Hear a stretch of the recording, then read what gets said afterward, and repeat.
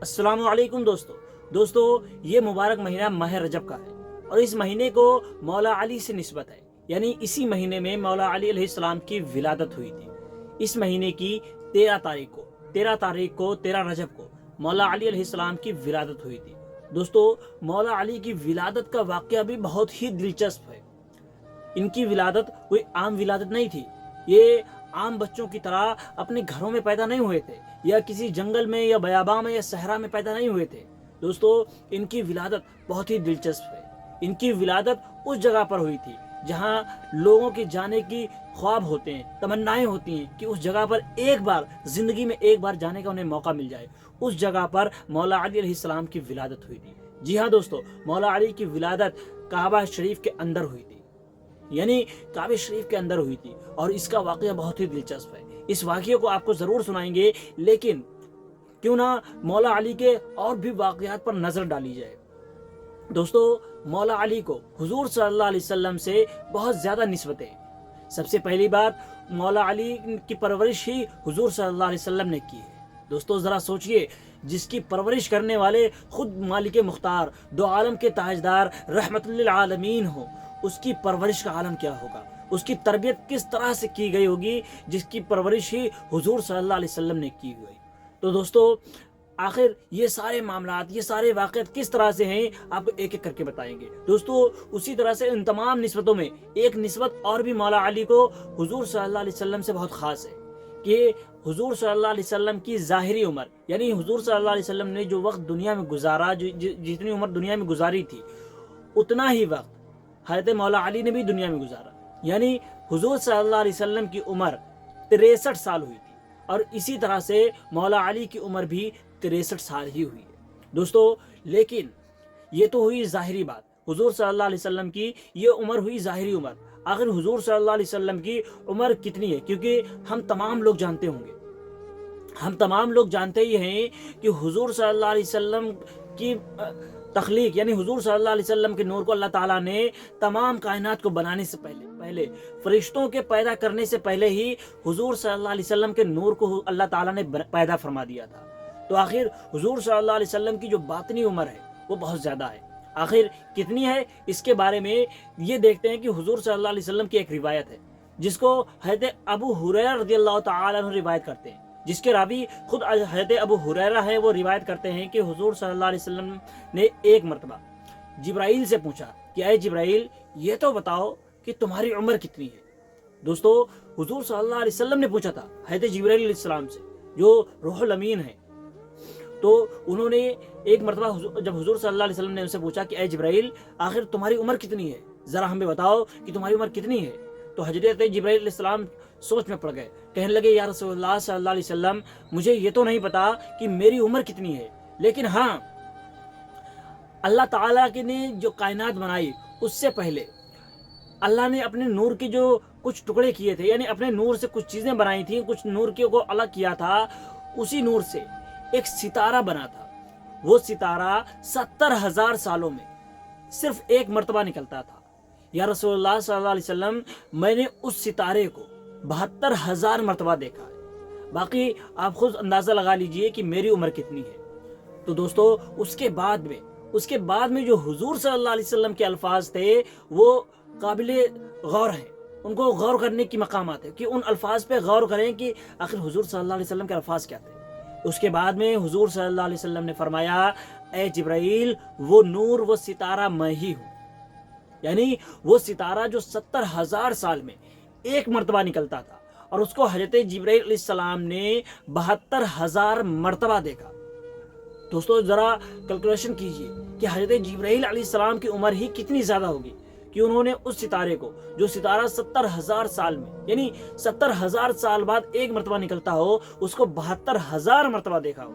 آپ اس چیز کو ذرا اپنے اوپر کر کے دیکھ لیجئے۔ مان لیجئے بہت سارے ایسے ستارے ہیں جو سال میں صرف ایک مرتبہ نظر آتے ہیں، ان کو ہم لوگ کتنا دیکھ پاتے ہیں؟ اپنی زندگی میں 60 یا 62 مرتبہ اگر سال میں ایک مرتبہ آتا ہے، لیکن وہیں اگر یہ ہزاروں سال بعد آئیں تو ہم لوگ تو دیکھ بھی نہ پائیں۔ وہیں حضرت جبرائیل علیہ السلام نے اس ستارے کو 72,000 مرتبہ دیکھا، اور حضور صلی اللہ علیہ وسلم فرماتے ہیں کہ اے جبرائیل، وہ ستارہ میں ہی ہوں۔ ماشاءاللہ، یعنی حضور صلی اللہ علیہ وسلم کی عمر حضور صلی اللہ علیہ وسلم کی تخلیق اللہ تعالیٰ نے تمام انسانوں سے، تمام فرشتوں سے پہلے ہی کر دی تھی. آپ صلی اللہ علیہ وسلم کے نور کو روشن کر دیا تھا. آپ کے نور کو روشن کر کے اس کے بعد میں تمام فرشتوں کی تخلیق کی، جناتوں کی تخلیق ہوئی، شیاطین بنے، انسان بنے، کائنات بنی، سارا عالم وجود میں آیا. لیکن سب سے پہلی ذات جو بنائی گئی وہ رحمت عالمین حضور صلی اللہ علیہ وسلم کی ذات ہے. دوستو اب آتے ہیں دوسری حدیث کی طرف. حضور صلی اللہ علیہ وسلم کا فرمان ہے انا علی من نور واحد، انا علی من نور واحد، یعنی میں اور علی ایک ہی نور سے ہیں. حضرات الفاظ پہ غور کیجئے گا کہ میں اور علی، یعنی حضور صلی اللہ علیہ وسلم یہ بات فرما رہے ہیں کہ میں اور علی ایک ہی نور سے بنائے گئے. تو دوستو معلوم کیا ہوا کہ جس نور کو، جس ستارے کو حضرت جبرائیل علیہ السلام نے 72,000 مرتبہ دیکھا تھا، وہی ستارہ صرف حضور صلی اللہ علیہ وسلم نہیں بلکہ مولا علی بھی ہے. کیونکہ حضور صلی اللہ علیہ وسلم نے ہی کہا ہے کہ میں اور علی ایک ہی نور سے پیدا ہوئے، ایک ہی نور ہے. یعنی ایک نور کے اللہ تعالیٰ نے 2 ٹکڑے کیے، 2 ٹکڑوں میں تبدیل کیا، اور ایک کو سردار انبیاء بنایا، یعنی تمام انبیاء کا سردار بنایا، تو دوسرے کو سردار اولیاء بنا دیا، یعنی تمام اولیاء کا سردار. جو بھی جس کو بھی ولایت ملے گی وہ انہی کے در سے ملے گی، جس کو بھی ولایت ملے گی، جس کو بھی جو بھی ملے گا سب کچھ ان کے در سے ملے گا. اسی لیے تمام اولیاء ان کے غلام ہیں. تمام اولیاء، کوئی بھی ولی تب تک ولی نہیں بن سکتا ہے جب تک اس کو مولا علی کے در سے خلافت نہ ملے، مولا علی کے در سے اس کو اجازت نہ ملے. کوئی بھی انسان اب کتنا بھی بڑا ولی بن جائے لیکن اس کو ولایت نہیں مل سکتی جب تک مولا علی کے در سے اس کو ولایت نہ دی جائے. یہ ہے ہمارے مولا علی کی شان. دوستو مولا علی کی ہستی وہ ہستی ہے کہ مولا علی خانہ کعبہ میں پیدا ہوئے.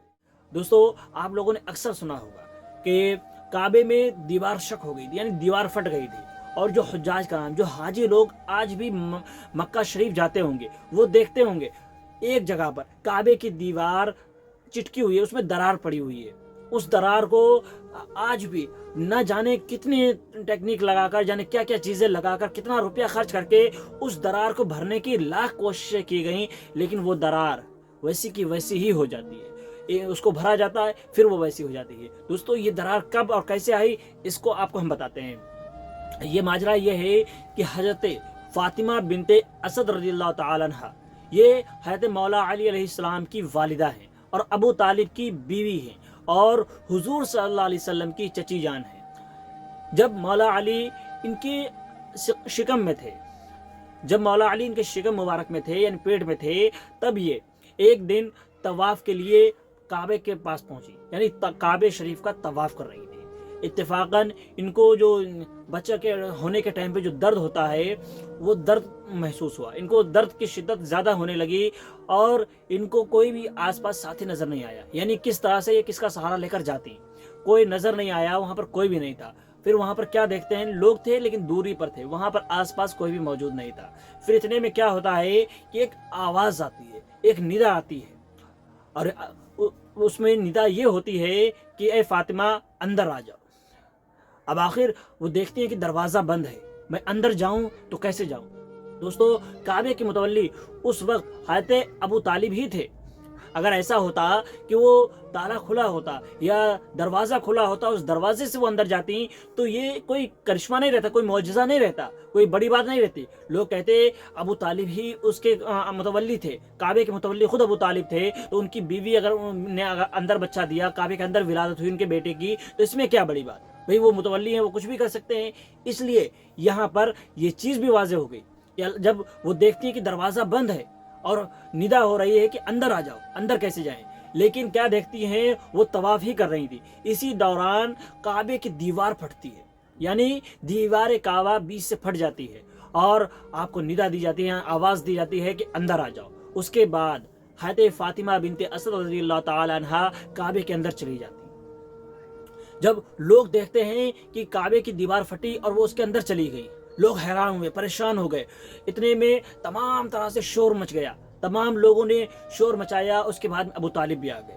حضرت ابو طالب آئے اور کعبے کا دروازہ کھولنے کی لاکھ کوشش کی، جبکہ کعبے کی چابی انہی کے پاس تھی لیکن دروازہ کھلنے کا نام نہیں لیا. لوگ بہت زیادہ حیران و پریشان ہو گئے کہ آخر کریں تو کریں کیا، آخر کیا کیا جائے، ان کو سمجھ نہیں آ رہا تھا۔ وہ پریشانی کے عالم میں ایسے ہی تھے کہ اسی طرح سے 3 روز گزر گئے۔ دوستو بہت سارے لوگوں کے من میں یہ سوال آتا ہوگا کہ اس بیچ رسول اللہ صلی اللہ علیہ وسلم کہاں گئے، کیونکہ ان کی عمر شریف بھی اس وقت تقریباً 30 سال ہو چکی تھی، تو آخر حضور صلی اللہ علیہ وسلم اس واقعے میں نظر کیوں نہیں آئے، حضور صلی اللہ علیہ وسلم کہاں تھے؟ تو دوستو ہم آپ کو بتا دیں اس دوران حضور صلی اللہ علیہ وسلم، آپ لوگوں کو معلوم ہی ہوگا کہ حضور صلی اللہ علیہ وسلم اکثر غار حرا پر تشریف لے جایا کرتے تھے، اور وہ ساتھ میں اپنا کھانا پانی بھی لے جاتے تھے، یعنی کئی دن حضور صلی اللہ علیہ وسلم غار حرا میں قیام فرماتے تھے، کئی روز آپ وہیں پر گزارتے تھے، اللہ کی عبادت میں مشغول رہتے تھے۔ وہ دنیا سے الگ رہنا پسند کرتے تھے، اللہ کی عبادت میں مشغول رہنا پسند کرتے تھے۔ تو یہ سارے معاملات ہو رہے تھے، یہاں تمام مکہ والے سب پریشان کہ آخر ابو طالب کی بیوی اندر ہے اور دروازہ کیوں نہیں کھل رہا ہے، اور آخر ایسا کیا ہوا کہ دیوار کعبہ پھٹی اور وہ اس کے اندر چلی گئی، آخر سب خیریت تو ہے، اندر سے نہ کوئی آواز نہ کوئی کچھ بھی نہیں آ رہا، سب پریشان ہے۔ آخر تیسرا روز آیا تو کیا دیکھتے ہیں کہ دروازہ اپنے آپ کھل گیا، اس بار کسی نے کھولا نہیں بلکہ دروازہ اپنے آپ کھلتا ہے، اور ہاتھوں میں وہ ایک بچے کو لیے ہوئے، سفید لباس میں لپٹا ہوا بچہ، اس بچے کو لیے ہوئے وہ باہر آتی ہیں۔ تمام لوگ دیکھ کر حیران ہیں، اور وہ بتاتی ہیں کہ ان کا بیٹا ہوا ہے۔ دوستو یہ چیز دیکھ کر سارے لوگ حیران تھے، لیکن ایک پرابلم وہاں پھر بھی موجود تھی۔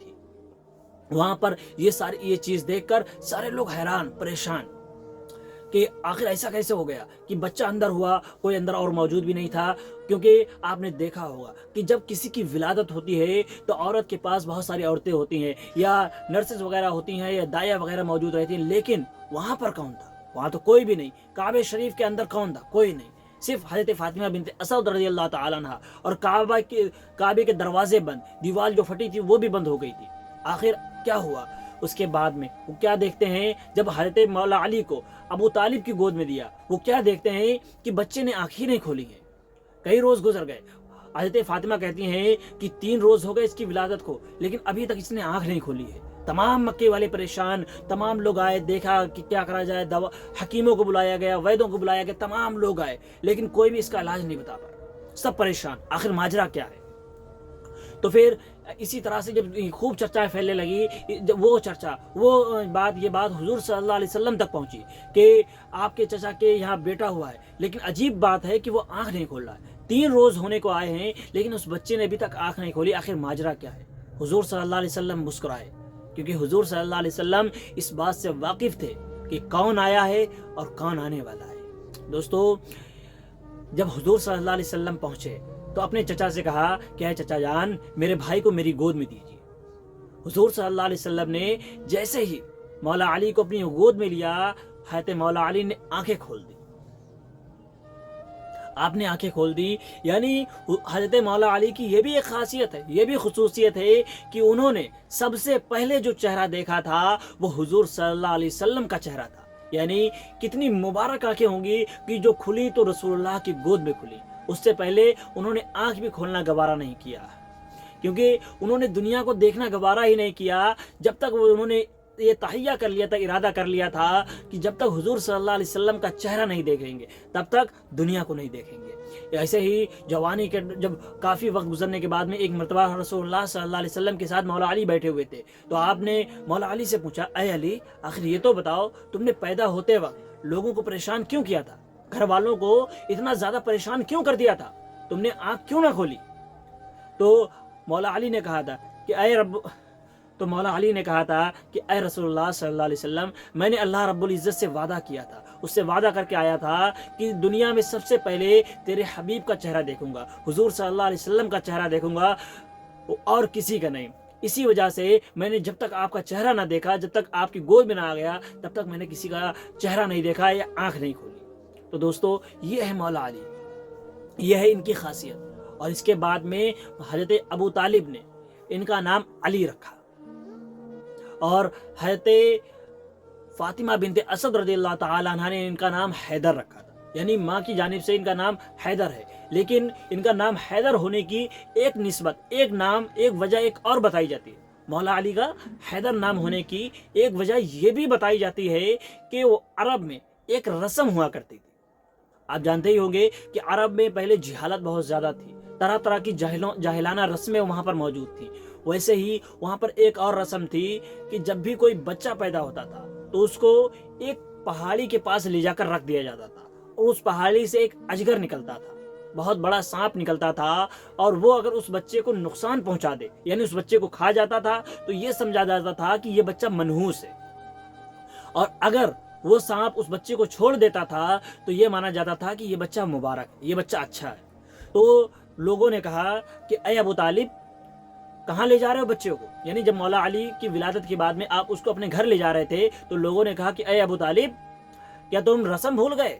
تم تو سردار ہو، قریش کے سردار ہو، اور تم ہی رسم بھول گئے کہ بچے کو اس پتھر پر رکھا جاتا ہے، اس پہاڑی پر رکھا جاتا ہے، اور وہ اژدھا والی تم رسم بھول رہے ہو؟ تو حضرت ابو طالب نے کہا اگر ایسی بات ہے تو ٹھیک ہے، میں بھی اس رسم کو رکھتا ہوں. تو انہوں نے مولا علی کو وہاں پر رکھ دیا اور تمام لوگ دور ہٹ گئے. اس کے بعد میں اژدھا نکلتا ہے، یعنی سانپ اس غار سے، اس پہاڑ سے باہر آتا ہے. بہت بڑا سانپ تھا، لیکن وہاں پر کیا دیکھتے ہیں کہ مولا علی، جیسے ہی وہ سانپ مولا علی کے قریب پہنچتا ہے، آپ اس کو پکڑ کے 2 ٹکڑے کر دیتے ہیں، یعنی اس کو پھاڑ دیتے ہیں، 2 ٹکڑوں میں پھاڑ دیتے ہیں. دوستو، سانپ کو عربی میں ہئی کہا جاتا ہے، اور یعنی سانپ کے جو اسی وجہ سے وہاں پر نعرے لگ رہے تھے، ہئی ہئی.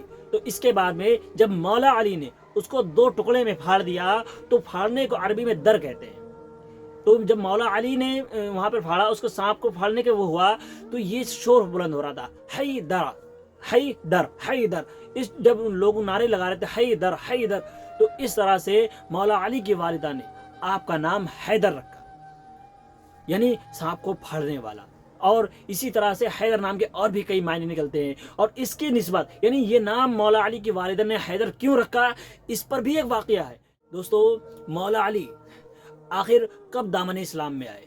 بہت سے لوگوں کا سوال ہوتا ہے کہ سب سے پہلے ایمان لانے والے حضرت ابوبکر صدیق ہیں. تو دوستو، آج ہم بتائیں گے کہ سب سے پہلے ایمان لانے والے، یعنی سب سے پہلے جس نے اسلام قبول کیا، وہ حضرت ابوبکر صدیق نہیں ہے.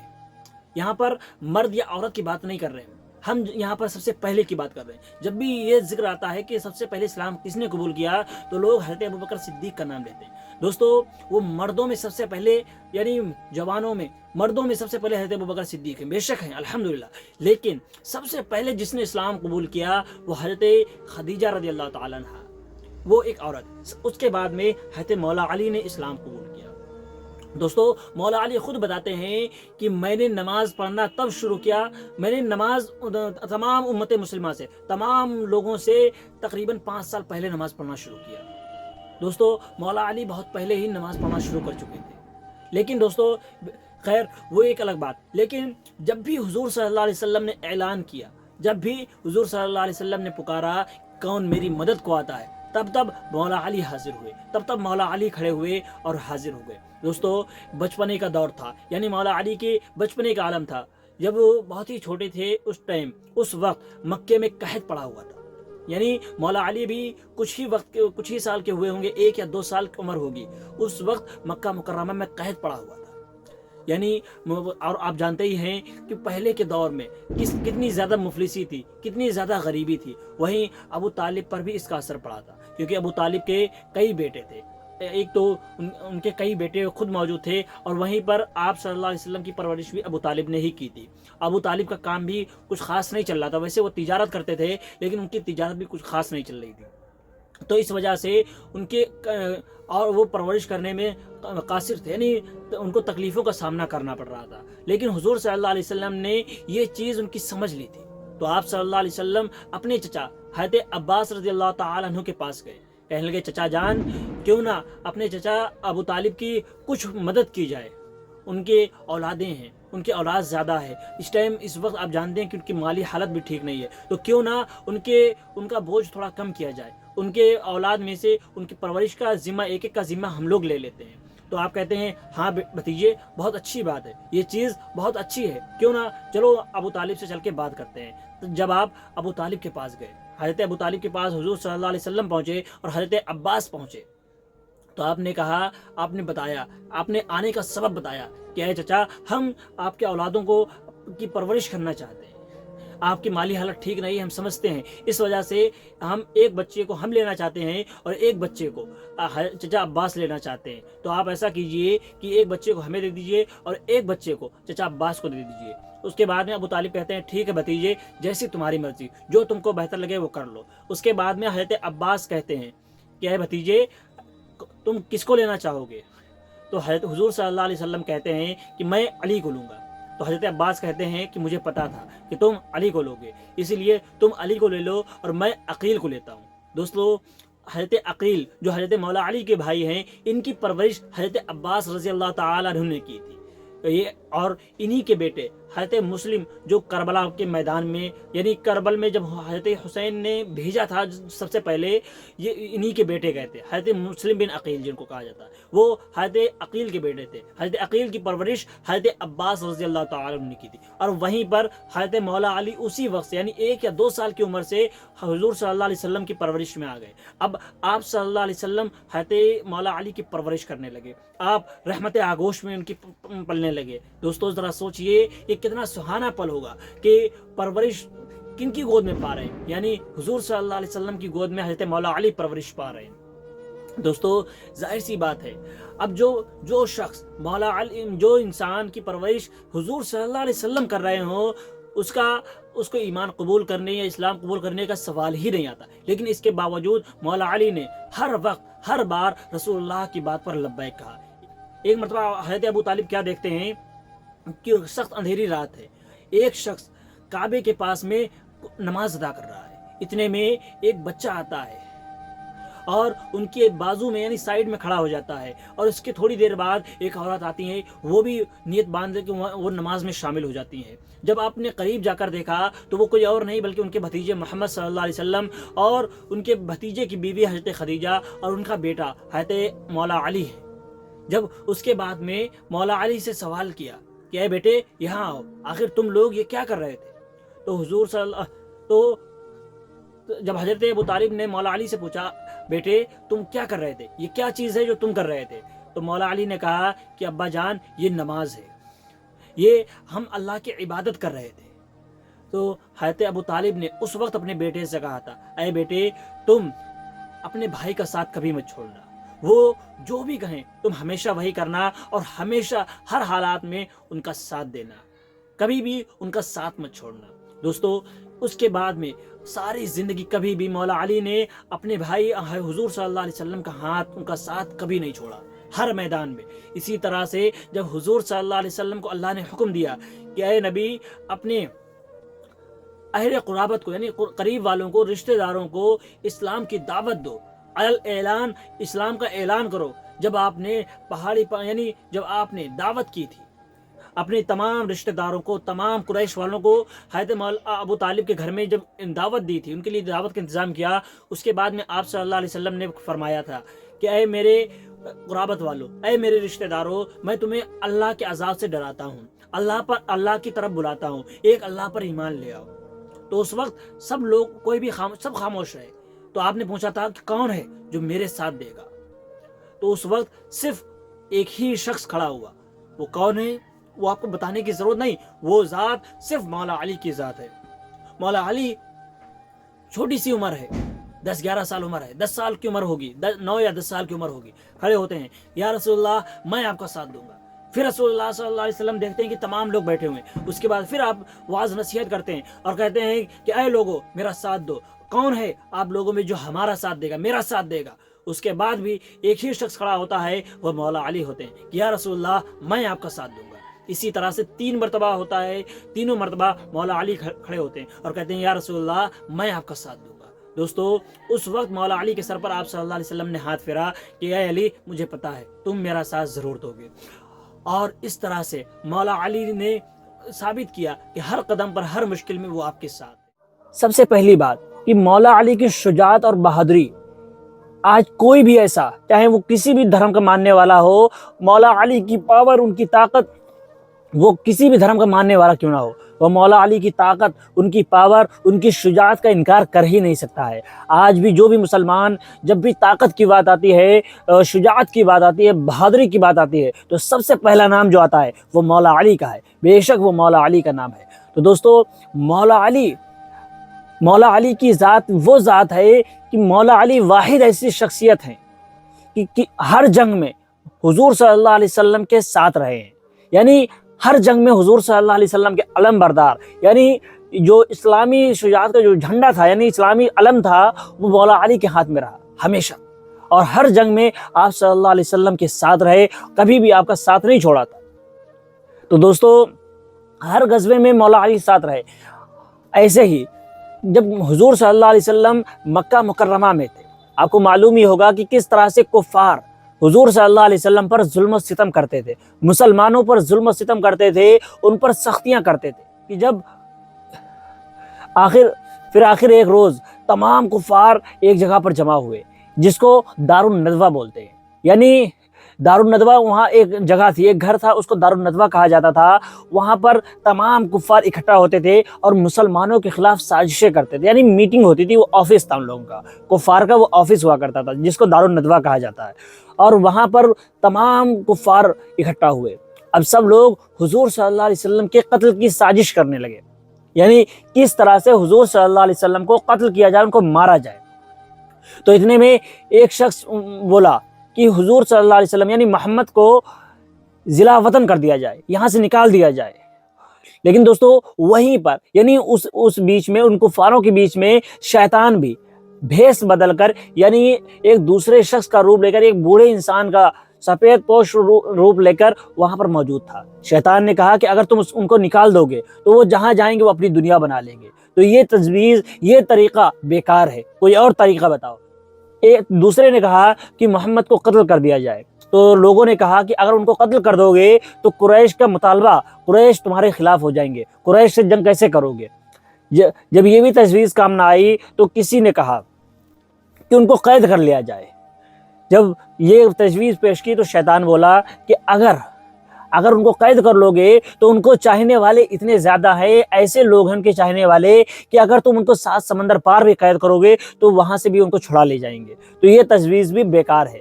پھر اس کے بعد میں ایک شخص نے کہا کہ کیوں نہ ہر قبیلے سے ایک ایک شخص لیا جائے، یعنی ہر قبیلے سے ایک ایک شخص لے کر 40 آدمیوں کا ایک گروپ بنایا جائے، ایک گروہ بنایا جائے، اور وہ لوگ یکبارگی رات کے وقت میں محمد کے گھر پہ حملہ کر دیں، یعنی حضور صلی اللہ علیہ وسلم کو قتل کرنے کا منصوبہ بنایا۔ معاذ اللہ، ان کفار کی یہ سازش شیطان کو بھی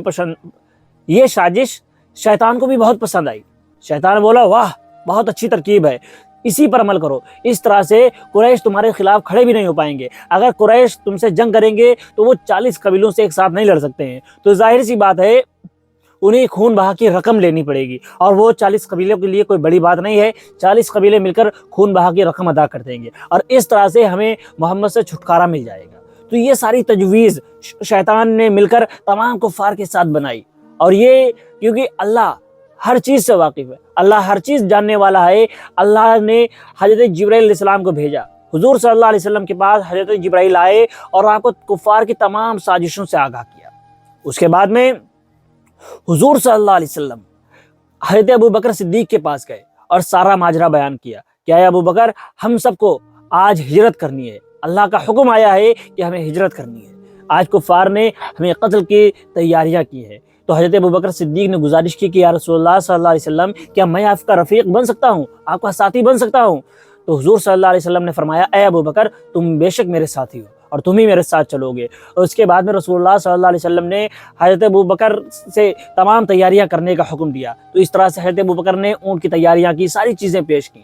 لیکن دوستو، آپ لوگوں کو معلوم ہی ہوگا کہ حضور صلی اللہ علیہ وسلم کو صادق اور امین کہا جاتا تھا، یعنی مکے والے آپ کو سچا مانتے تھے، اس لیے دشمن ہونے کے باوجود، یعنی اتنی دشمنی رکھنے کے باوجود، تمام مکہ والے اپنی امانتیں حضور صلی اللہ علیہ وسلم کے پاس رکھا کرتے تھے، کہ وہ جانتے تھے کہ سب لوگ غلط ہو سکتے ہیں لیکن محمد بن عبداللہ کبھی بھی دھوکے بازی نہیں کریں گے، کسی کا مال نہیں کھائیں گے، وہ امین ہیں، امانت دار ہیں، کسی کی امانت میں خیانت نہیں کریں گے، اس لیے وہ اپنا تمام مال حضور صلی اللہ علیہ وسلم کے پاس رکھا کرتے تھے۔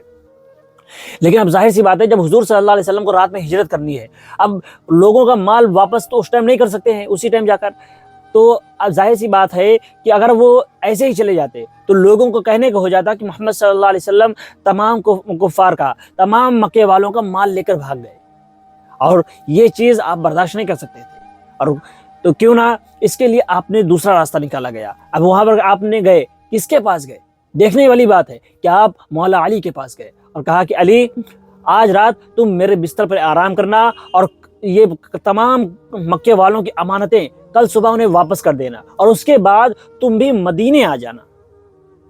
دوستو، ان الفاظ پہ غور کیجئے، یہ الفاظ سننے میں بہت معمولی لگ رہے ہوں گے کہ آپ صلی اللہ علیہ وسلم نے جو مولا علی سے کہا کہ اے علی، یہ مکہ والوں کی امانتیں ہیں، میں تمہارے سپرد کر کے جا رہا ہوں، کل صبح ہوتے ہی یہ تمام امانتیں مکہ والوں کو دے دینا، یہ فلاں کی ہے، یہ فلاں کی، ساری چیزیں آپ کو بتائیں، اور اس کے بعد میں آپ نے وہ ساری امانتیں دے دی، تمام امانتیں مولا علی کے حوالے کی، اور کہا کہ یہ مکہ والوں کے حوالے کر دینا، اور اس کے بعد تم مدینے آ جانا۔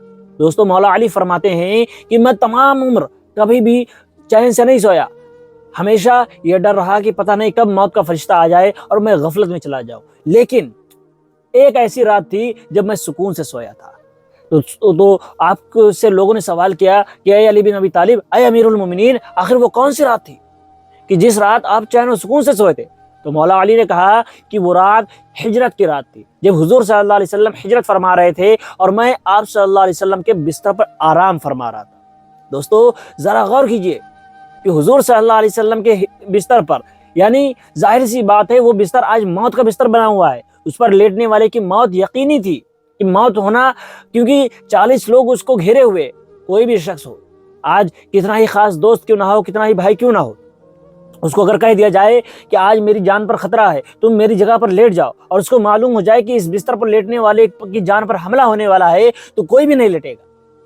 لیکن قربان جاؤ مولا علی کی ذات پر، وہ سکون سے اس پر سوئے، کیونکہ حضور صلی اللہ علیہ وسلم نے کہا تھا کہ اے علی، تم تمام مکہ والوں کی امانتیں واپس کر کے مدینے آ جانا۔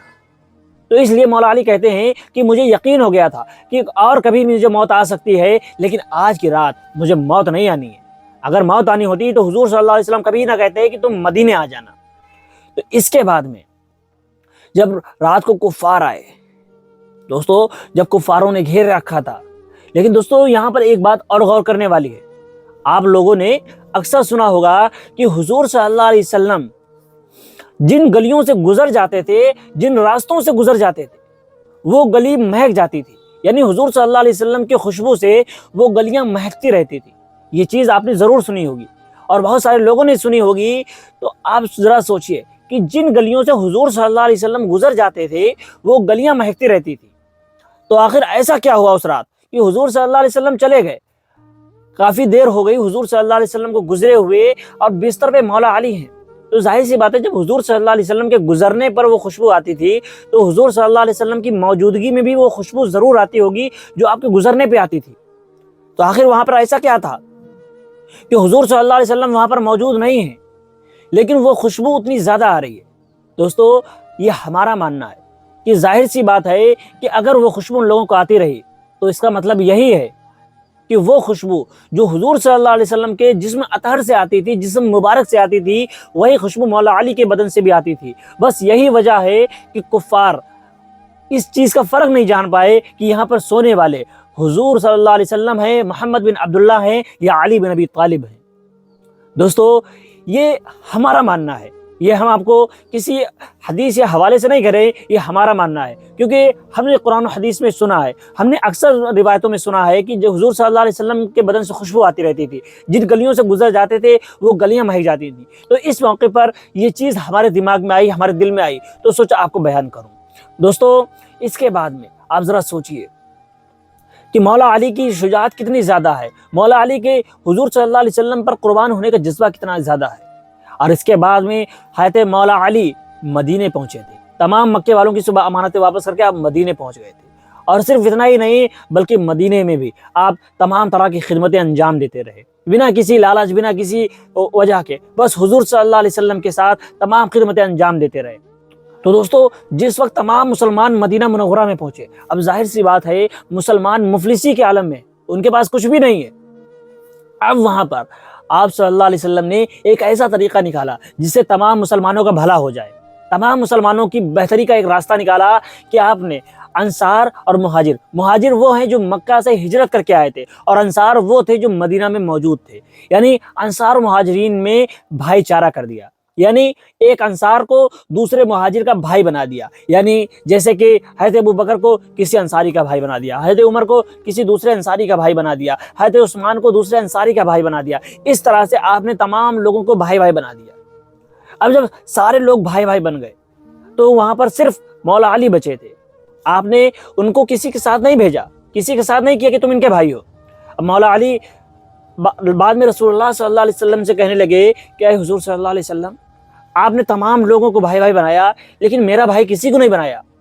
تو آپ صلی اللہ علیہ وسلم کے الفاظ کو ذرا غور سے سنیے گا، یہ الفاظ تاریخ میں لکھے ہیں، یہ الفاظ بہت ہی سنہرے اکشروں میں لکھے ہوئے ہیں، یہ آج بھی سننے کے لائق ہیں۔ آپ سنیں ان الفاظوں کو کہ حضور صلی اللہ علیہ وسلم کے الفاظ تھے، وہاں پر حضور صلی اللہ علیہ وسلم نے کہا کہ اے علی، تم دنیا اور آخرت میں میرے بھائی ہو، انت اخی فی الدنیا والآخرہ، تم دونوں جہان میں میرے بھائی ہو، میں تمہارا بھائی ہوں، اس لیے میں نے تمہیں کسی کا بھائی نہیں بنایا، اور تم میرے نزدیک ایسے ہو جیسے موسیٰ کے لیے ہارون تھے، بس میرے بعد کوئی نبی نہیں آئے گا۔ دوستو، یہ ذات ہے مولا علی کی، قربان جاؤں مولا علی کی ذات پر۔ اب وہ بات آتی ہے جب مسلمان مدینے میں پہنچ چکے ہیں، مدینے میں رہنے لگے، لیکن اس کے باوجود کفار کو سکون نہیں ملا، کفار ابھی بھی مسلمانوں کے خلاف سازشیں کر رہے، مسلمانوں کے خلاف طرح طرح کے ہتھ کنڈے اپنا رہے تاکہ مسلمان پریشان ہو جائیں، مسلمانوں کو پریشان کرنے کا کوئی بھی راستہ نہیں چھوڑ رہے تھے۔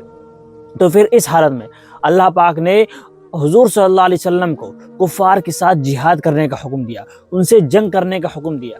اس کے بعد میں تمام مسلمان، یعنی حضور صلی اللہ علیہ وسلم نے مسلمانوں کو جنگ کے لیے بلایا، اور اس کے بعد میں آپ صلی اللہ علیہ وسلم کی ماتحتی میں آپ صلی اللہ علیہ وسلم کے ساتھ 313 مسلمان میدان بدر میں اکٹھا ہوئے، یعنی مسلمانوں کی جو پہلی جنگ ہوئی، جنگ عظیم جس کو جنگ بدر کہا جاتا ہے، یعنی یہ بدر کے میدان میں ہوئی تھی۔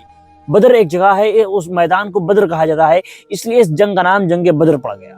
اور غزوہ بدر میں رسول اللہ صلی اللہ علیہ وسلم کے ساتھ صرف 313 مسلمان ہی تھے، اور اس میں بھی سبھی لوگوں کے پاس ہتھیار بھی موجود نہیں تھے، نہ ہی سبھی کے پاس گھوڑے تھے، نہ سبھی کے پاس اونٹ تھے، کوئی پیدل تھا، کسی کے پاس ہتھیار نہیں، یعنی وہ لشکر آدھا ادھورا لشکر تھا۔ 313 لوگ تھے، لیکن اس کے باوجود بہت سارے اس میں نہتے تھے جن کے پاس ہتھیار ہی نہیں، ہتھیار کے نام پر ڈنڈا یا کلہاڑی وغیرہ۔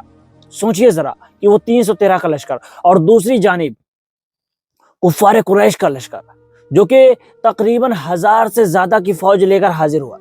وہ اپنے آپ میں اپنی طاقت کے گھمنڈ میں مغرور تھے، ان کو لگ رہا تھا کہ 313 مسلمان ہیں، ان کو ہم چٹکی بھر میں مسل دیں گے، اسی لیے وہ اپنے ساتھ میں ناچنے گانے والیوں کو لے کر آئے تھے، یعنی ناچنے گانے والوں کو لے کر آئے تھے، اور ساتھ میں جشن کا انتظام، شراب جانے کیا کیا چیزیں لے کر حاضر ہوئے تھے، ڈھول تاشوں کے ساتھ میدان بدر میں حاضر ہوئے تھے۔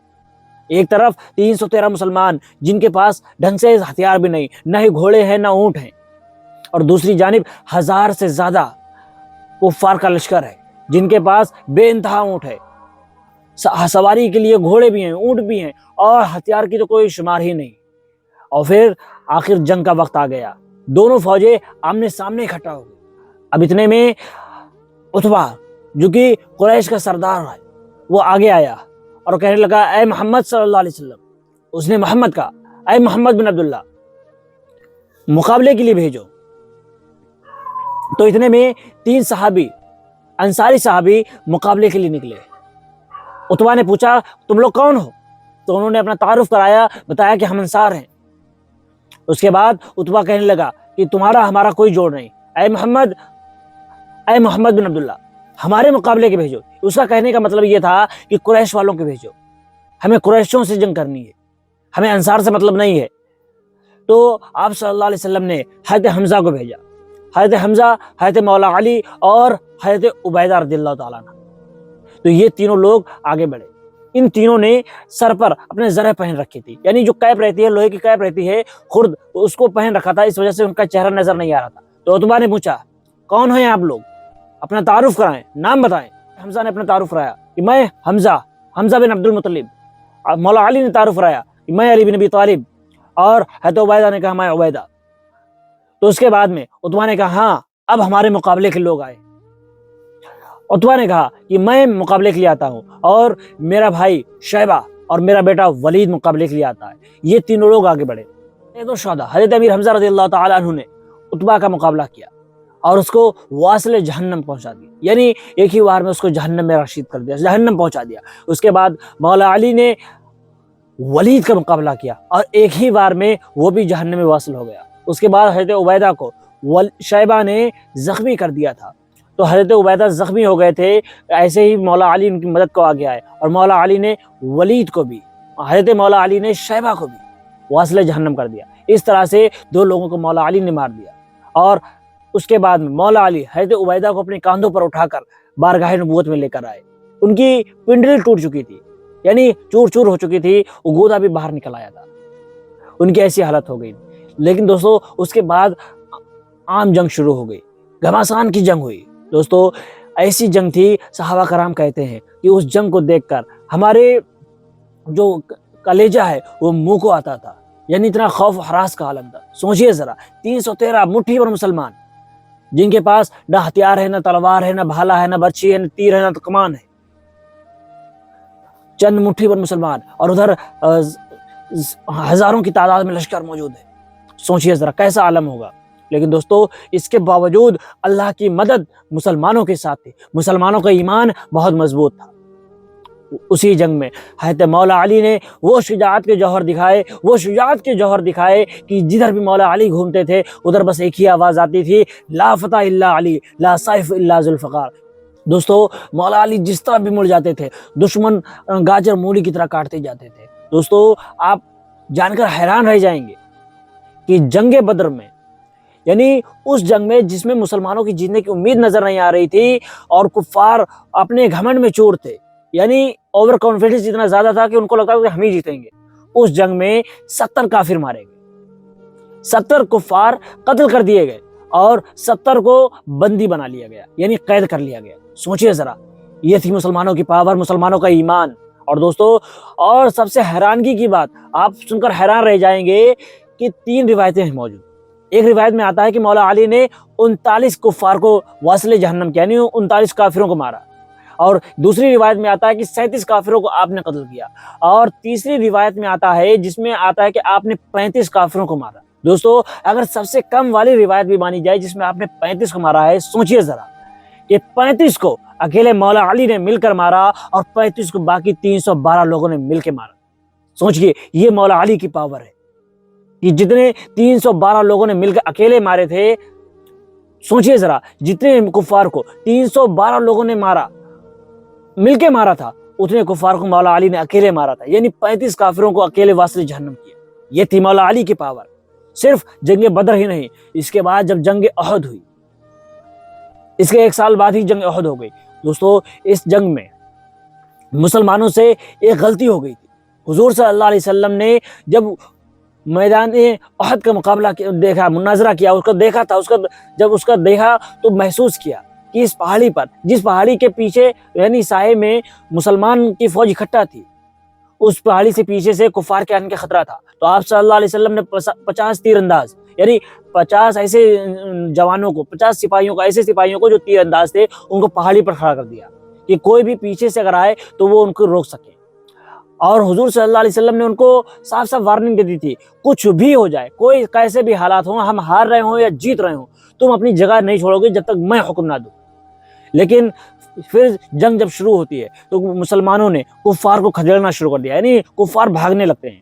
یہ دیکھ کر جو پہاڑی پر موجود لوگ مسلمان تھے، سپاہی تھے، جن کو حضور صلی اللہ علیہ وسلم نے رہنے کا حکم دیا تھا، وہ کہنے لگے کہ مسلمان جنگ جیت گئے، چلو اب پہرا دینے کا کوئی فائدہ نہیں، ہم بھی مال غنیمت لوٹتے ہیں۔ ان کے جو سربراہ تھے انہوں نے بہت روکنے کی کوشش کی، رہنے دو، رسول اللہ کا حکم ہے، یہاں سے ہرگز نہیں ہٹنا ہے، لیکن وہ لوگ نہیں مانے۔ وہاں پر صرف چند لوگ بچے۔ اس کے بعد میں حضرت خالد بن ولید، جو کہ ابھی تک ایمان نہیں لائے تھے، انہوں نے اس کا فائدہ اٹھایا اور وہ پہاڑی کے پیچھے سے ایک دستہ لے کر حملہ کر دیا۔ اس طرح سے آگے بھی کفار، پیچھے بھی کفار، بیچ میں مسلمان، آٹے کے چکی کے 2 پارٹوں میں جیسے آٹا پیس جاتا ہے، گیہوں پیس جاتا ہے، ویسے مسلمان پیسنے لگے۔ مسلمانوں پر خوف و ہراس کا عالم تھا۔ اور ایک صحابی جو کہ حضور صلی اللہ علیہ وسلم سے مشابہت رکھتے تھے، یعنی قد و قامت میں حضور صلی اللہ علیہ وسلم کے مشابہ مانے جاتے تھے، ان کو کفار نے قتل کر دیا۔ اور اس کے بعد میں کفار نے یہ افواہ اڑا دی کہ محمد بن عبداللہ قتل کر دیے گئے، معاذ اللہ۔ دوستو یہ خبر سننا تھا کہ تمام مسلمان اپنے ہوش و حواس گوا بیٹھے، ہر انسان اپنے ہوش و حواس گوا بیٹھا تھا، کسی کو ہوش نہیں، سب کو اپنی موت نظر آنے لگی تھی۔ وہ بھی سوچ رہے تھے کہ جن کے لیے ہم جنگ کر رہے ہیں، جن کے ساتھ میں جنگ کرنے آئے، اب وہ سربراہ ہی ہمارا نہیں رہا تو ہم کس کے لیے جنگ کریں؟ تو اس طرح سے مسلمان ہارنے کی نوبت پہ آ گئے، مسلمانوں کو اپنی موت نظر آنے لگی، بہت سے مسلمانوں نے ہتھیار ڈال دیے، لیکن وہاں پر بھی صرف ایک ہی مرد تھا، ایک ہی ایسا انسان تھا جس نے ہتھیار نہیں ڈالے، اپنی تلوار اٹھائے گھماتے ہوئے میدان جنگ میں گھسے جا رہے، جس طرف بھی گھستے تھے گاجر مولی کی طرح کفار کو کاٹتے جاتے تھے۔ وہ ذات کوئی اور نہیں بلکہ ہمارے مولا علی کی ذات۔ دوستو کفار کے دل بادل کے لشکروں کو پھاڑتے ہوئے مولا علی آگے بڑھتے چلے جا رہے، پھر آپ دیکھتے ہیں کہ کفار کے جھنڈ کے بیچ میں حضور صلی اللہ علیہ وسلم مل جاتے ہیں، تب آپ کی جان میں جان آتی ہے اور کہتے ہیں، وہ ترنت مولا علی حضور صلی اللہ علیہ وسلم کے پاس پہنچتے ہیں اور ایک نعرہ مارتے ہیں، اور اس کے بعد میں لوگوں کو معلوم ہو جاتا ہے کہ رسول اللہ صلی اللہ علیہ وسلم ابھی زندہ ہے، اور اس کے بعد تمام مسلمان کی فوجیں پلٹ جاتی، تمام مسلمان دوبارہ ہمت جٹا کر واپس جنگ کرنے لگتے ہیں، اور پھر جنگ کا نقشہ پلٹ جاتا ہے۔ دوستو ذرا سوچئے کہ اس جنگ میں بھی مولا علی کی شجاعت کا کس طرح سے جوہر نظر آیا۔ یہ ہے مولا علی کی شان، یہ ہے مولا علی کی شجاعت۔ مولا علی کی شجاعت کے بارے میں آپ کو جیسا کہ آپ کو بتایا کہ کس طرح سے جنگ بدر میں، جنگ احد میں مولا علی نے اپنی شجاعت کے جوہر دکھائے۔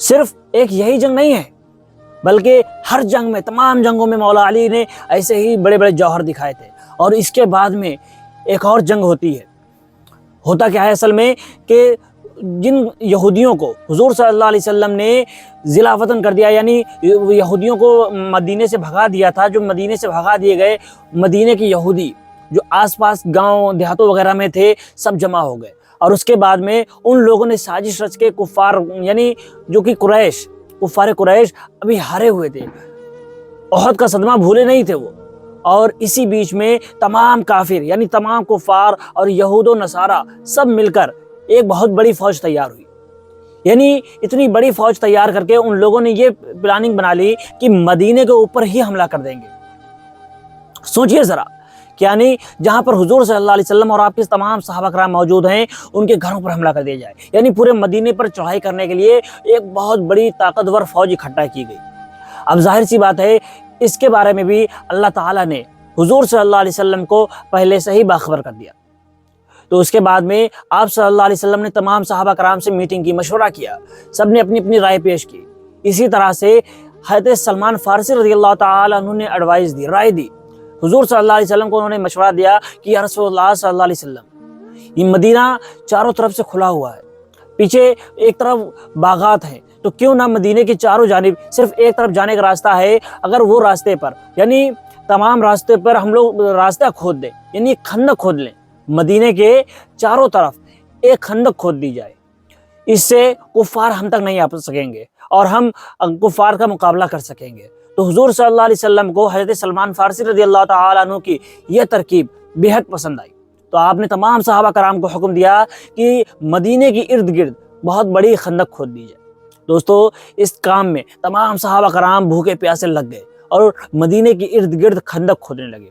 دوستو خندق کا کام پورا ہوا، اور وقت جیسے ہی خندق کا کام پورا ہی ہو پایا تھا کہ کیا دیکھتے ہیں کہ تمام فوجیں، تمام کفار، تمام دشمنان اسلام، جتنے اسلام کے دشمن تھے، سب کی فوجیں سامنے اکٹھا کھڑی ہیں، سب لوگ، لیکن وہاں پر حضور صلی اللہ علیہ وسلم اور صحابہ کرام کی جو جانثاری تھی، حضور صلی اللہ علیہ وسلم نے پہلے ہی خندق میں آگ جلوا دی تھی، اور اس کی وجہ سے اب کفار آگے نہیں آ سکتے تھے۔ لیکن اس کے باوجود دوستو، اس کے باوجود کفار فوج میں ایک ایسا شخص بھی تھا جو اس خندق کو پھاند کر، یعنی اس خندق میں ایک جگہ پر تھوڑی سی کم خندق ہونے کی وجہ سے وہاں پر اس کو موقع مل گیا، اور وہ اپنا گھوڑا پھندا کر، وہ بہت بڑا پہلوان، بہت بڑا طاقتور مانا جاتا تھا، اس کو 1000 سوار کے برابر مانا جاتا تھا، اس کا نام تھا عمرو بن عبد ود۔ یہ عمرو بن عبد گھوڑا پھندا کر خندق کے اس پار آ گیا، اور آپ دیکھیے کہ آنے کے بعد میں بھی اکیلا آیا ہے اور اس کے بعد میں بھی مسلمانوں کی فوج یعنی لشکر اسلام کو للکار کر کہتا ہے کیا تم لوگوں میں کوئی مرد ہے جو میرا مقابلہ کر سکے؟ دوستو جیسا کہ ہم نے آپ کو بتایا عمرو بن عبد بہت بڑا پہلوان تھا، اس کو 1000 سواروں کے برابر مانا جاتا تھا، یعنی اکیلا وہ 1000 سپاہیوں کے برابر تھا۔ تو ظاہر سی بات ہے تمام لوگوں پر اس کا خوف طاری تھا، کیونکہ سارے عرب میں اس کا سکہ بیٹھا ہوا تھا، سارے عرب میں اس کی دھات بیٹھی ہوئی تھی کہ یہ بہت بڑا پہلوان ہے، بہت بڑا طاقتور ہے، بہت بڑا شورویر ہے، اور وہ تھا بھی شورویر۔ اور اسی لیے جب وہ اعلان کرتا ہے کہ کون ہے جو ہمارا مقابلہ کرے، کسی میں طاقت ہے تو ہمارے میدان میں آئے، ہم سے مقابلہ کرے، ہم سے دو ہاتھ کرے، لشکر اسلام پر سناٹا چھایا ہوا۔ ایسا نہیں کہ لشکر اسلام میں شورویر نہیں موجود تھے یا بہادر نہیں تھے یا شجاعت والے لوگ موجود نہیں تھے، لیکن وہ اس کی طاقت کو جانتے تھے۔ کہیں نہ کہیں سب میں ایک ڈر تھا، کسی میں بھی اتنی ہمت نہ ہوئی، کسی میں اتنی سکت نہیں تھی کہ وہ کہہ سکا کہ میں آؤں گا جنگ کے لیے، کوئی آگے نہیں بڑھتا ہے۔ جب دیکھتے ہیں پورے لشکر اسلام پر سناٹا چھایا ہوا ہے تو مولا علی کھڑے ہوتے ہیں، کہتے ہیں یا رسول اللہ صلی اللہ علیہ وسلم میں اس کے مقابلے کے لیے جاؤں گا۔ حضور صلی اللہ علیہ وسلم کہتے ہیں کہ اے علی بیٹھ جاؤ، جانتے نہیں ہو وہ عمرو بن عبد ہے۔ مولا علی حضور صلی اللہ علیہ وسلم کی بات مان کر بیٹھ جاتے ہیں۔ دوسری مرتبہ پھر عمرو بن عبد للکارتا ہے، کیا کون ہے جو جنت کا طالب ہو؟ کیا تم لوگوں کو جنت عزیز نہیں ہے؟ تم لوگوں کو تو جنت بہت زیادہ پسند ہے، آؤ میں تمہیں جنت بھیج دوں، آؤ میں تمہیں موت کے گھاٹ اتار کر جنت بھیج دوں۔ کون جانا چاہتا ہے جنت میں؟ کسی نے مائی کا دودھ پیا ہے، ماں کا لال ہے، جو ہمارا مقابلہ کرے آئے میدان میں۔ اس کی للکار سن کر تمام لشکر اسلام پر سناٹا چھایا تھا، لیکن اکیلی مولا علی کی ذات تھی۔ مولا علی کھڑے ہوتے ہیں، کہتے ہیں یا رسول اللہ صلی اللہ علیہ وسلم میں اس کے مقابلے کے لیے جاؤں گا۔ حضور صلی اللہ علیہ وسلم کہتے ہیں کہ اے علی بیٹھ جاؤ، جانتے نہیں وہ عمرو بن عبد ہے۔ پھر اس کے بعد میں تیسری مرتبہ پھر عمرو بن عبد للکارتا ہے کہ کسی نے بھی کسی ماں نے ایسا مائی کا لال نہیں جنا کیا؟ کوئی مرد پیدا نہیں ہوا کیا جو میرا مقابلہ کر سکے؟ مولا علی کھڑے ہوتے ہیں، کہتے ہیں یا رسول اللہ صلی اللہ علیہ وسلم میں اس کے مقابلے کے لیے جاؤں گا۔ مولا علی سے حضور صلی اللہ علیہ وسلم کہتے ہیں کہ اے علی جانتے نہیں وہ عمرو بن عبد ہے، تم بیٹھ جاؤ۔ مولا علی کہتے ہیں یا رسول اللہ صلی اللہ علیہ وسلم وہ اگر عمرو بن عبد ہے تو میں بھی علی بن ابی طالب ہوں۔ حضور صلی اللہ علیہ وسلم نے جب دیکھا کہ مولا علی بیٹھنے کو تیار نہیں، اصرار کر رہے ہیں، تو مولا علی کو اجازت دے دی۔ آپ نے اپنا امامہ، اب پہلے مولا علی کو خیمے میں لے گئے، اپنی زرہ بختر دیا، اپنا کوچ دیا اور اپنی نالین مبارک دی، اور اپنا جب باہر آئے اس کے بعد میں آپ صلی اللہ علیہ وسلم نے اپنا صافہ کھول کر مولا علی کے سر پر باندھا، اور اس کے بعد میں مولا علی سے کہا کہ جاؤ علی مقابلہ کرو، اللہ تمہارا حامی و ناصر ہے، اللہ تمہاری مدد کرے گا۔ اور مولا علی جب روانہ ہوتے ہیں تو حضور صلی اللہ علیہ وسلم دعا کرتے ہیں کہ اے اللہ مجھے اس دنیا سے رخصت مت کرنا جب تک میں علی سے نہ ملوں۔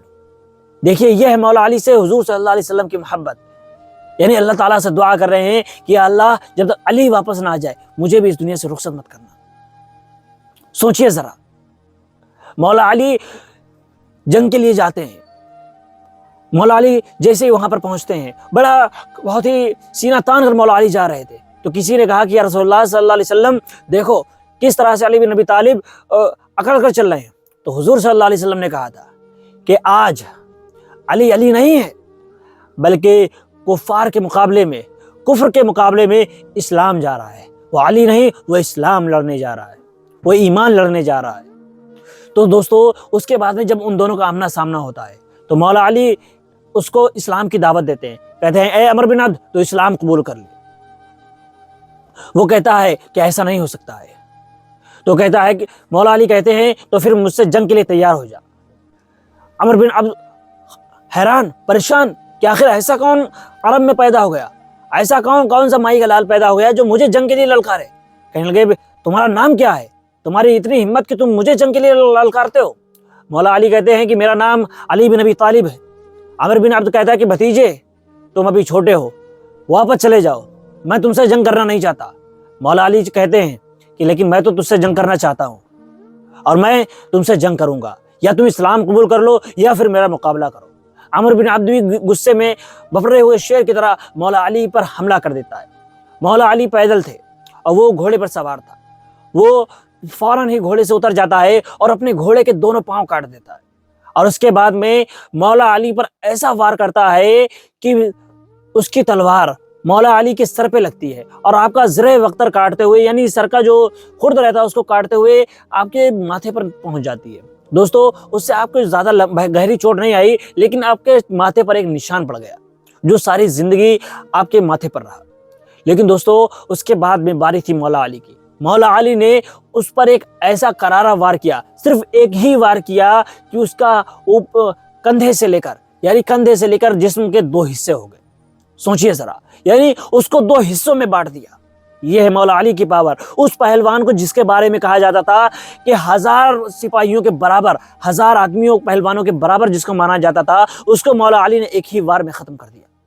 اور اس کے بعد میں آپ لشکر اسلام میں واپس چلے گئے، نعرہ تکبیر کا شور بلند ہو گیا۔ جیسے ہی مولا علی لشکر اسلام میں پہنچے تو وہاں پر حضرت عمر رضی اللہ تعالی عنہ نے مولا علی سے کہا کہ اے علی، تم نے عمرو بن عبد کی زرہ بختر کیوں نہیں اتار لی، جبکہ وہ تمام عرب میں سب سے بہتر، سب سے اچھی زرہ بختر پہنتا ہے، اس سے بہتر کسی کی زرہ بختر نہیں ہے، تم نے اس کو کیوں نہیں اتار لیا؟ تو مولا علی کہتے ہیں کہ جب میں نے اس پر وار کیا تو اس کا صدر کھل گیا تھا، یعنی اس کے 2 ٹکڑے ہونے کی وجہ سے اس کا صدر کھل گیا تھا اور مجھے شرم آئی، میں نے شرم کی وجہ سے منہ پھیر لیا اور میں نے اس کا زرہ بختر نہیں اتارا۔ دوستو یہ ہے مولا علی، اور ہمیں چاہیے کہ ہم بھی مولا علی کے نقش قدم پر چلیں، مولا علی کی نصیحتوں پر عمل کریں۔ دوستو مولا علی نے ہمیں کس چیز کا درس دیا آج ہم اس کو بھول چکے ہیں۔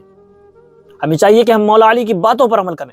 جیسا کہ آپ کو بتایا تھا کہ مولا علی کا جو ان کی والدہ نے حیدر نام رکھا تھا، اس کے پیچھے ایک وجہ بھی تھی، اور وہ وجہ کیا تھی؟ وہ وجہ جنگ خیبر سے جڑی ہوئی۔ دوستو جیسا کہ بھی آپ کو ہم نے پہلے بتایا کہ مولا علی جنگ بدر میں، جنگ احد میں، جنگ خندق میں کس طرح سے شجاعت کے جوہر دکھائے، اور اس کے بعد میں حضور صلی اللہ علیہ وسلم اپنی فوج لے کر، لشکر اسلام کو لے کر آگے بڑھتے ہی گئے۔ مدینے کے ارد گرد سے آپ صلی اللہ علیہ وسلم نے کفار یہودیوں کو بھگا ہی دیا تھا، تمام یہودیوں کو وہاں سے خدیڑ دیا تھا، لیکن خیبر فتح ہونا باقی تھا۔ تو آپ صلی اللہ علیہ وسلم فوج لے کر، لشکر اسلام لے کر خیبر کو فتح کرنے کے لیے روانہ ہوئے۔ جب حضور صلی اللہ علیہ وسلم فتح خیبر کے لیے پہنچے تو آپ نے پہلے دن تمام لوگوں کو وہاں پر قیام کرنے کا حکم دیا، یعنی فوج اکٹھا ہو گئی، اور اس کے بعد میں آپ صلی اللہ علیہ وسلم نے پہلے دن فوج کی کمان حضرت ابوبکر صدیق کے حوالے کی اور کہا کہ جاؤ جنگ کرو، فتح کر کے آنا۔ تو حضرت ابوبکر صدیق فوج لے کر گئے، پورا سارا دن جنگ کرتے رہے، بہت سارے صحابہ کرام بھی شہید ہوئے، بہت گھماسان جنگ ہوئی، لیکن آپ خیبر کو فتح نہیں کر سکے۔ آپ خالی ہاتھ ہتاش ہو کر واپس لوٹے اور حضور صلی اللہ علیہ وسلم سے عرض کیا کہ یا رسول اللہ صلی اللہ علیہ وسلم ہم ناکام ہو گئے۔ حضور صلی اللہ علیہ وسلم نے کہا کوئی بات نہیں۔ دوسرے دن آپ صلی اللہ علیہ وسلم نے حضرت عمر رضی اللہ تعالیٰ عنہ کو بلایا اور آپ کو لشکر اسلام کا کمانڈر بنایا، اور حضرت عمر رضی اللہ تعالیٰ عنہ لشکر اسلام کو لے کر خیبر پر حملہ کرنے کے لیے روانہ ہوئے۔ خیبر پر حملہ کر دیا، سارا دن گھماسان کی جنگ لڑتے رہے، آپ جانتے ہیں حضرت عمر کتنے بہادر ہیں، حضرت عمر کی بہادری کا ڈنکا بجتا ہے، لیکن اس کے باوجود حضرت عمر بھی ناکام رہے، بہت سارے صحابہ کرام شہید ہوئے، اور گھماسان کی جنگ ہونے کے باوجود جب حضرت عمر واپس آئے تو ناکام تھے۔ حضور صلی اللہ علیہ وسلم سے کہا کہ یا رسول اللہ صلی اللہ علیہ وسلم میں بھی ناکام ہو گیا۔ تو آپ صلی اللہ علیہ وسلم نے فرمایا کوئی بات نہیں، کل میں جھنڈا اس کو دوں گا جس سے اللہ بھی راضی ہے اور وہ اللہ سے راضی ہے، اور میں بھی اس سے راضی ہوں اور وہ مجھ سے راضی ہے، اور اللہ تعالیٰ اس کے ہاتھوں سے خیبر فتح فرمائے گا، کل میں اس کو علم دوں گا۔ دوستو تمام صحابہ کرام بتاتے ہیں کہ وہ رات سب کی اضطرابی میں گزری، بے چینی میں گزری، بے قراری میں گزری کہ پتہ نہیں صبح کو حضور صلی اللہ علیہ وسلم کس کا نام لیں گے، آخر کون ہے وہ خوش نصیب جس کا نام آئے گا۔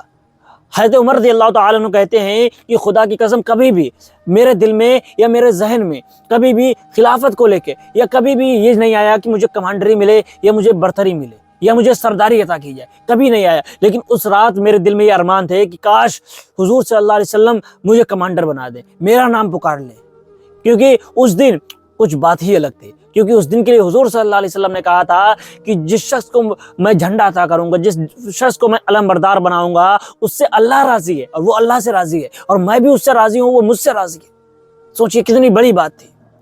اب دوسرا دن ہوتا ہے، تیسرا دن ہوتا ہے، جب صبح ہوتی ہے تو تمام صحابہ کرام حضور صلی اللہ علیہ وسلم کے خیمے کے باہر اکٹھا ہیں، ہر شخص انتظار میں ہے کہ کاش میرا نام لیا جائے، کاش میرا نام لیا جائے۔ ہر شخص منتظر ہے کہ ہو سکتا ہے اس کا نام آ جائے.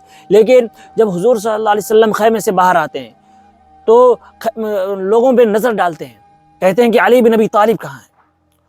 لوگ کہتے ہیں کہ یا رسول اللہ صلی اللہ علیہ وسلم, ان کی آنکھوں میں آشوب چشم ہے, یعنی آنکھوں کی ایک بیماری ہوتی ہے, ان کی آنکھوں میں وہ بیماری ہو گئی تھی اور اس کی وجہ سے وہ چلنے سے قاصر تھے, چل نہیں پا رہے تھے. تو آپ صلی اللہ علیہ وسلم نے کہا کہ ان کو بلا کر لاؤ. تو آپ کو بلانے کے لیے 2 صحابہ کرام پہنچے اور آپ ان کے سہارے سے حضور صلی اللہ علیہ وسلم کے پاس پہنچے. حضور صلی اللہ علیہ وسلم نے پوچھا, اے علی کیا ہوا ہے؟ تو حضور صلی اللہ علیہ وسلم سے مولا علی کہنے لگے, یا رسول اللہ صلی اللہ علیہ وسلم میری آنکھوں میں تکلیف ہے. تو آپ صلی اللہ علیہ وسلم نے اپنا لعاب دہن مولا علی کی آنکھوں پر لگا دیا اور اس کے بعد میں مولا علی کی آنکھیں ایسی ٹھیک ہو گئی جیسے کبھی خراب ہی نہیں ہوئی, کبھی کوئی بیماری ہی نہیں تھی, اس میں پہلے سے زیادہ روشن ہو گئی تھی. اس کے بعد میں آپ نے وہ جھنڈا مولا علی کے ہاتھ میں دیا. مولا علی سے فرمایا کہ جاؤ علی, خیبر کو فتح کرو. اب کرنا تھا کہ مولا علی فوج لے کر روانہ ہوئے. جیسے آپ وہاں پر پہنچے تو آپ نے ایک پتھر پر علم کو گاڑ دیا, یعنی جھنڈے کو اپنے اس پتھر پہ گاڑ دیا. اب یہودیوں میں جو ان کے نجومی لوگ ہوا کرتے, یعنی جو خبریں بتانے والے نجومی ہوا کرتے تھے, کاہن لوگ ہوا کرتے تھے, ان لوگوں کا ماننا تھا, ان لوگوں نے پہلے ہی یہ پیشن گوئی کر دی تھی کہ اس خیبر کو, اس قلعے کو وہی فتح کر پائے گا جو اس پتھر پہ لکڑی کا جھنڈا گاڑ دے گا. یعنی ڈنڈا, ظاہر سی بات ہے جھنڈے میں ڈنڈا جو رہتا ہے وہ لکڑی کا رہتا ہے, وہ ڈنڈے کو وہ اس طرح سے گاڑ دے گا کہ پتھر موم کی مانند اس کے لیے پگھل جائے گا. ظاہر سی بات ہے پتھر پہ ڈنڈا, لکڑی کی چیز نہیں گڑ سکتی ہے. لیکن مولا علی نے وہاں پر جب جھنڈے کو گاڑ دیا تو وہاں پر خوف و ہراس کا عالم تھا. اب وہاں پر سب سے پہلے جو مقابلے کے لیے آیا ان لوگوں کا سردار, جس کا نام مرحب تھا, اور مرحب بھی 1000 سواروں کے برابر مانا جاتا تھا. اس کا مقابلہ کرنے میں کسی میں طاقت نہیں تھی, کوئی اس کا مقابلہ نہیں کر پاتا تھا. ہر شخص اس سے بیزار رہتا تھا, اس سے بچنا چاہتا تھا. مرحب آتا ہے, اور جیسا کہ ہم نے آپ کو بتایا تھا کہ مولا علی کا والدہ نے جو حیدر نام رکھا تھا, اس کی ایک وجہ تھی. جب ان دونوں کا آمنا سامنا ہوا تو مرحب نے پوچھا کہ تمہارا نام کیا ہے؟ تو ہم سے مقابلہ کرنے آئے, تمہارا نام کیا ہے؟ تو مولا علی نے کہا کہ میری ماں نے میرا نام حیدر رکھا ہے. تو آپ نے یہاں پر اپنا نام حیدر سے تعارف کرایا. اس کی وجہ یہ تھی کہ مرحب کی ماں نے پہلے ہی اس کو بتا دیا تھا. مرحب کی ماں نے کہا تھا, یعنی نجومیوں دوارا اس کی ماں کو یہ بات معلوم ہو چکی تھی کہ تیرے بیٹے کو کوئی بھی ہرا نہیں پائے گا, تیرے بیٹے کو کوئی مار نہیں پائے گا سوائے اس شخص کے جس کا نام حیدر ہوگا. تو اس کی ماں نے اس کو سمجھایا ہوا تھا کہ بیٹا تم ہر کسی سے مقابلہ کرنا, کبھی زندگی میں نہیں ہارو گے, لیکن جو شخص بھی میدان میں آ کر تم سے کہہ دے کہ میں حیدر ہوں, اس سے کبھی بھی مقابلہ مت کرنا. وہ جنگ تمہاری زندگی کی آخری جنگ ہوگی, اس دن تم ہارو گے بھی اور اپنی جان سے بھی ہاتھ دھو بیٹھو گے. لیکن افسوس, وہ اپنی گھمنڈ میں, اپنی تکبر میں, اپنی طاقت کے گھمنڈ میں اس بات کو بھول گیا. اور جب مولا علی نے اس سے کہا کہ میری ماں نے میرا نام حیدر رکھا ہے, اس کے باوجود وہ جنگ کے لیے تیار ہو گیا. اور مولا علی اور مرحب کی کافی دیر تک گھماسان جنگ ہوئی. اور اس کے بعد مولا علی نے اس پر ایک کرارا ایسا وار کیا کہ اس کو سر سے لے کے پیر تک, یعنی اس کو 2 حصوں میں بانٹ دی. مرحب 2 ٹکڑے ہو کر پڑا تھا. اور اس کے بعد میں مولا علی آگے بڑھتے ہیں اور خیبر کے دروازے کو اپنے ہاتھوں سے پکڑ کر اکھاڑ دیتے ہیں. دوستو ہم آپ کو بتا دیں کہ خیبر کے دروازے کو کھولنے کے لیے, یاد رکھیں دوستوں, صرف کھولنے کے لیے 40 پہلوان لگتے تھے. سوچئے ذرا, جس دروازے کو صرف کھولنے کے لیے 40 پہلوان لگتے ہوں, اس کو اکیلے مولا علی نے اپنی بازوؤں سے اٹھا کر دور پھینک دیا تھا. یہ بھی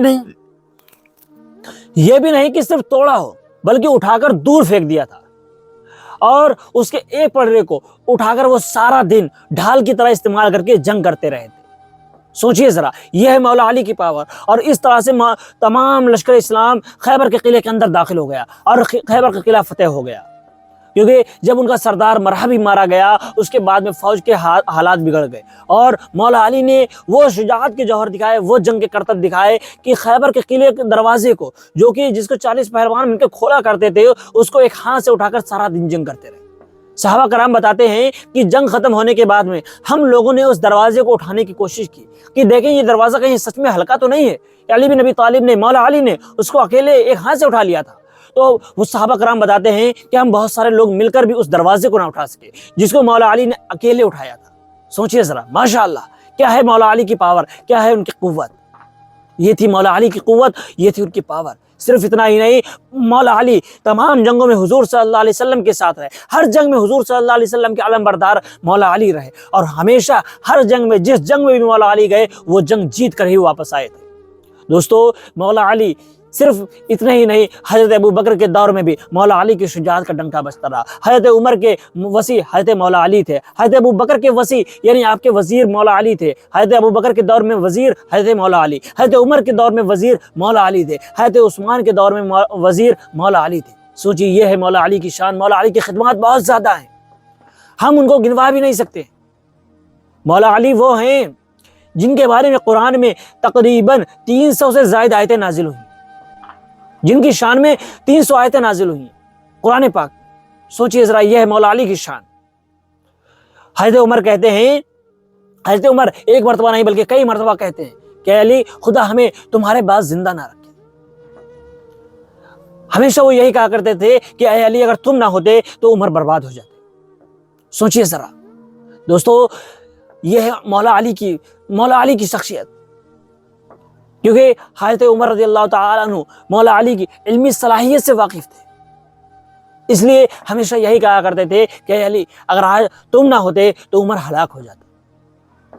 دوستو، مولا علی کی تعلیمات پر ہمیں چاہیے کہ ہم عمل کریں، اس پر زیادہ سے زیادہ چلنے کی کوشش کریں۔